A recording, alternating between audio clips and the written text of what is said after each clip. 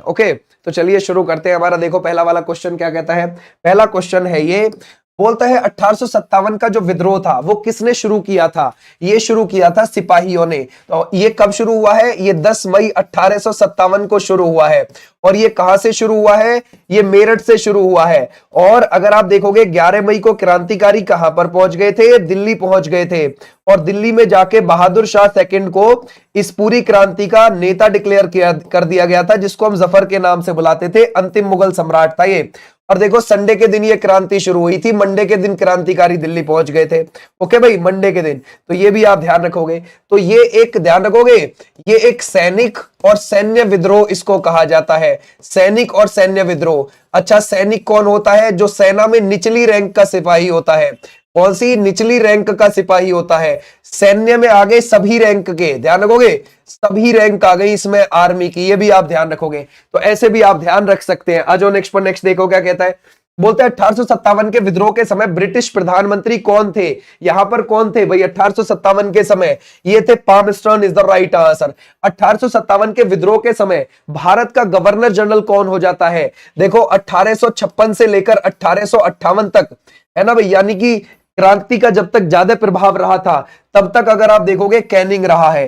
क्रांति पूरी तरीके से 1859 में खत्म हुई थी, लेकिन कंपनी का शासन 1858 में ही खत्म कर दिया था ब्रिटिश सरकार ने हमारे देश से। और यहां पर 1858 में ब्रिटिश ताज का अंडर हम काम करने लगे थे। ब्रिटिश सरकार ने यहां पर शासन करना शुरू कर दिया था।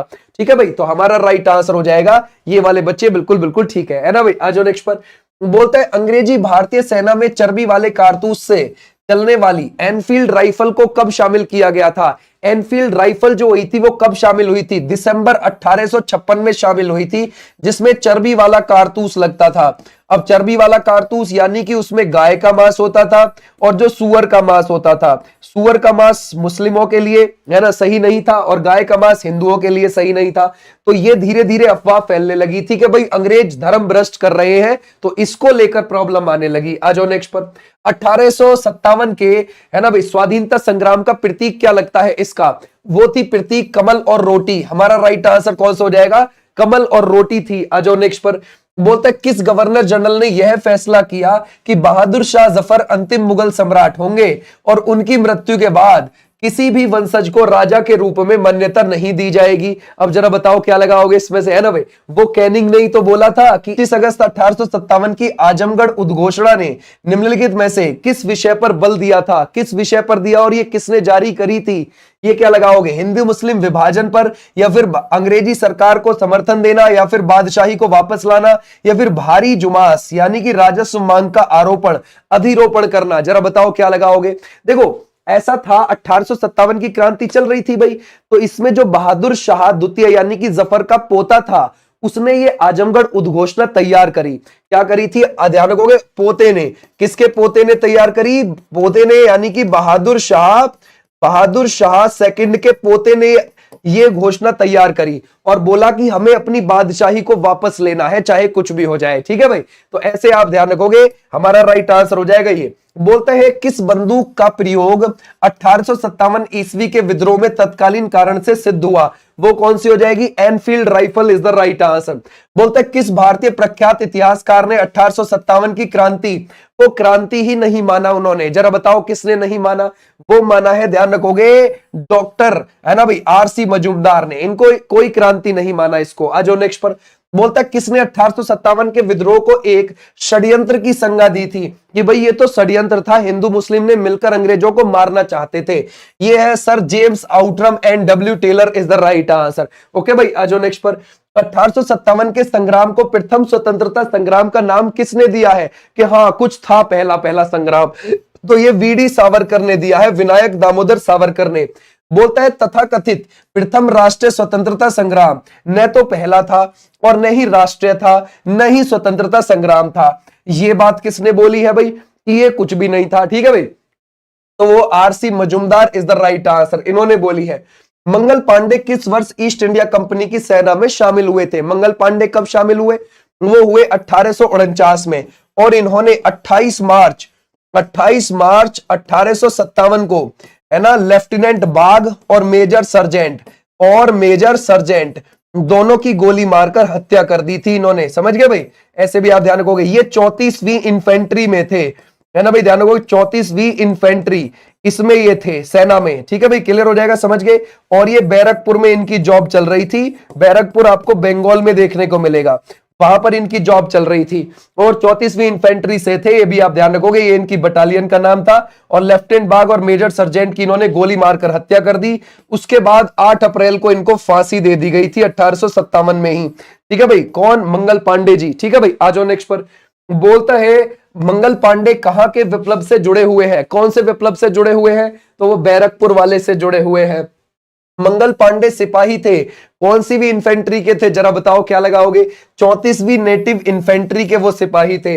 बोलते हैं 1857 के विद्रोह में दिल्ली का नेतृत्व किसने किया है? भाई दिल्ली से कौन संभाल रहा था इसको? बख्त खान, यानी कि खान बहादुर खान।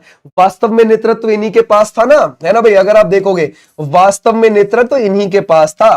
पूरी 1857 की क्रांति का वास्तव में नेतृत्व इनके पास था। सिर्फ नाम मात्र का नेतृत्व था बहादुर शाह सेकंड के पास, जो अंतिम मुगल सम्राट था। बोलता है 1857 के विद्रोह के दौरान बहादुर शाह ने बख्त खान को किस उपाधि से सम्मानित किया? कि बताओ भाई, कौन सी उपाधि यहां पर दी थी? वो दी थी साहब ए आलम। देखो 1857 की क्रांति ये ज्यादातर आपको देखने को मिलेगी उत्तर भारत में। उत्तर भारत में इसका प्रभाव था, फिर थोड़ा सा प्रभाव मध्य भारत में था, और अगर आप देखोगे दक्षिण भारत में ना के बराबर था। दक्षिण भारत में क्या था? ना के बराबर। ठीक है भाई, ध्यान रखोगे, ना के बराबर था इसका प्रभाव। अच्छा, अगर हम देखें कानपुर से, जरा बताओ कौन नेतृत्व कर रहा था इसका? नाना साहेब कर रहे थे। कौन कर रहे थे? नाना साहेब कर रहे थे। लखनऊ से इसका नेतृत्व कौन कर रहा था? ये बेगम हजरत महल कर रही थी। और बेगम हजरत महल के पति का नाम क्या है? वाजिद अली शाह। वाजिद अली शाह, ये भी आप ध्यान रखोगे। जो ये कानपुर से नाना साहेब नेतृत्व कर रहे थे, इनका साथ तात्या टोपे भी दे रहे थे। जो तात्या टोपे है ना, ये तात्या टोपे साथ देने गए थे किसका भी? रानी लक्ष्मीबाई का। रानी लक्ष्मीबाई कहां से नेतृत्व कर रही थी? झांसी से, लेकिन वो ग्वालियर में जाके शहीद हो गई थी। ओके भाई, क्लियर हो जाएगा। और जगदीशपुर बिहार से कौन नेतृत्व कर रहा था? जगदीशपुर बिहार से कर रहे थे वीर कुंवर सिंह। याद रखोगे, कौन कर रहे थे? वीर कुंवर सिंह नेतृत्व कर रहे थे, और इनके भाई अमर सिंह कर रहे थे। ओके भाई, ध्यान रखोगे, अमर सिंह नेतृत्व कर रहे थे। या तो जगदीशपुर लिखा हो जाएगा या आरा लिखा हुआ आ जाएगा बिहार में। ठीक है भाई, तो ऐसे भी आप ध्यान रखोगे। ठीक है भाई, क्लियर हो जाएगा। मनीराम दत्त कहां से कर रहे थे? मनीराम दत्त ये नेतृत्व कहां से कर रहे थे? ये कर रहे थे असम से। ये भी आप ध्यान रखोगे। ठीक है भाई, क्लियर हो जाएगा। आ जाओ नेक्स्ट पर। बोलते हैं अवध की रियासत से उस प्रसिद्ध योद्धा बेगम का नाम क्या है जिन्होंने 1857 के विद्रोह में अंग्रेजों के साथ होने वाली लड़ाई में भाग लिया? वो है बेगम हजरत महल। ठीक है भाई, क्लियर हो जाएगा, बेगम हजरत महल हो जाएंगी। अच्छा, अगर हम देखें भाई पंजाब से कौन नेतृत्व कर रहा था? पंजाब से है ना बाबा राम सिंह कर रहे थे, बाबा राम सिंह। ठीक है भाई, ध्यान रखोगे, जिनको हम है ना भाई इनको गुरु राम सिंह बोल देते हैं, ये बात आप ध्यान रखोगे। गोवा से कौन नेतृत्व कर रहे थे? दीपूजी राणा कर रहे थे। दीपूजी राणा नेतृत्व कर रहे थे। राव तुलाराम कहां से कर रहे थे? राव तुलाराम ये कर रहे थे रेवाड़ी हरियाणा से नेतृत्व। रेवाड़ी हरियाणा से कर रहे थे। राजा नाहर सिंह कहां से कर रहे थे? राजा नाहर सिंह ये बल्लभगढ़ हरियाणा से नेतृत्व कर रहे थे। बल्लभगढ़ हरियाणा से नेतृत्व कर रहे थे। ओके भाई, क्लियर हो जाएगा। अगर आप देखोगे इसमें बाबा शाहमल कहां से कर रहे थे? बाबा शाहमल तोमर नेतृत्व कर रहे थे। कहां से? वो कर रहे थे बड़ौत। ठीक है भाई, ध्यान रखोगे, बड़ौत से नेतृत्व कर रहे थे। ठीक है भाई, अगर हम देखें भगवान सिंह कहां से कर रहे थे? भगवान सिंह जाट ये कर रहे थे मुजफ्फरनगर से। कहां से? मुजफ्फरनगर से नेतृत्व। देवी सिंह कहां से नेतृत्व कर रहे थे? ये कर रहे थे मथुरा से। ओके भाई, मथुरा से नेतृत्व कर रहे थे। ऐसे आप ध्यान रखोगे। आज नेक्स्ट पर। 1857 के संघर्ष में भाग लेने वाले सिपाहियों की सबसे ज्यादा संख्या हमें कहां से देखने को मिलती है? जरा बताओ। वो मिलती है अवध से। अवध में 12 जिले आते थे उस समय पर। आ जाओ नेक्स्ट पर। कानपुर से 1857 के विद्रोह का नेतृत्व किसने किया है? जरा बताओ। कानपुर से कह रहा है, वो कह रहा है Nana Saheb is the right answer.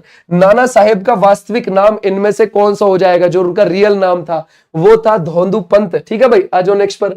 अगर हम देखें नाना साहेब को किसने गोद लिया था? गोद किसने लिया था? वो लिया था पेशवा बाजीराव ने। ठीक है, क्योंकि ये मराठे थे, ये भी आप ध्यान रखोगे। तो उस समय पर गोद लेने की प्रथा चलती थी। ठीक है भाई, ध्यान रखोगे। आ जाओ नेक्स्ट पर। अजीमुल्ला खान, ये सलाहकार थे, किसके सलाहकार थे? नाना साहेब के थे। ठीक है भाई, नाना साहेब कानपुर से नेतृत्व कर रहे थे। 1857 के विद्रोह में नाना साहेब के कमांडर इन चीफ कौन थे? जिसने उसके मित्र ने, है ना भाई, जिसे उसके मित्र ने धोखा दिया और अंग्रेजों द्वारा बंदी बनाकर मार दिया। अब जरा बताओ क्या लगाओगे? हमारा राइट आंसर क्या हम लगा सकते हैं? Tatya Tope is the right answer. उनके दोस्त ने धोखा दिया था तात्या टोपे को। ओके भाई, तो ये थे तुम्हारे सारे क्वेश्चंस जो 1857 की क्रांति से जुड़े हुए थे, जो हमारे लिए इंपॉर्टेंट थे एग्जाम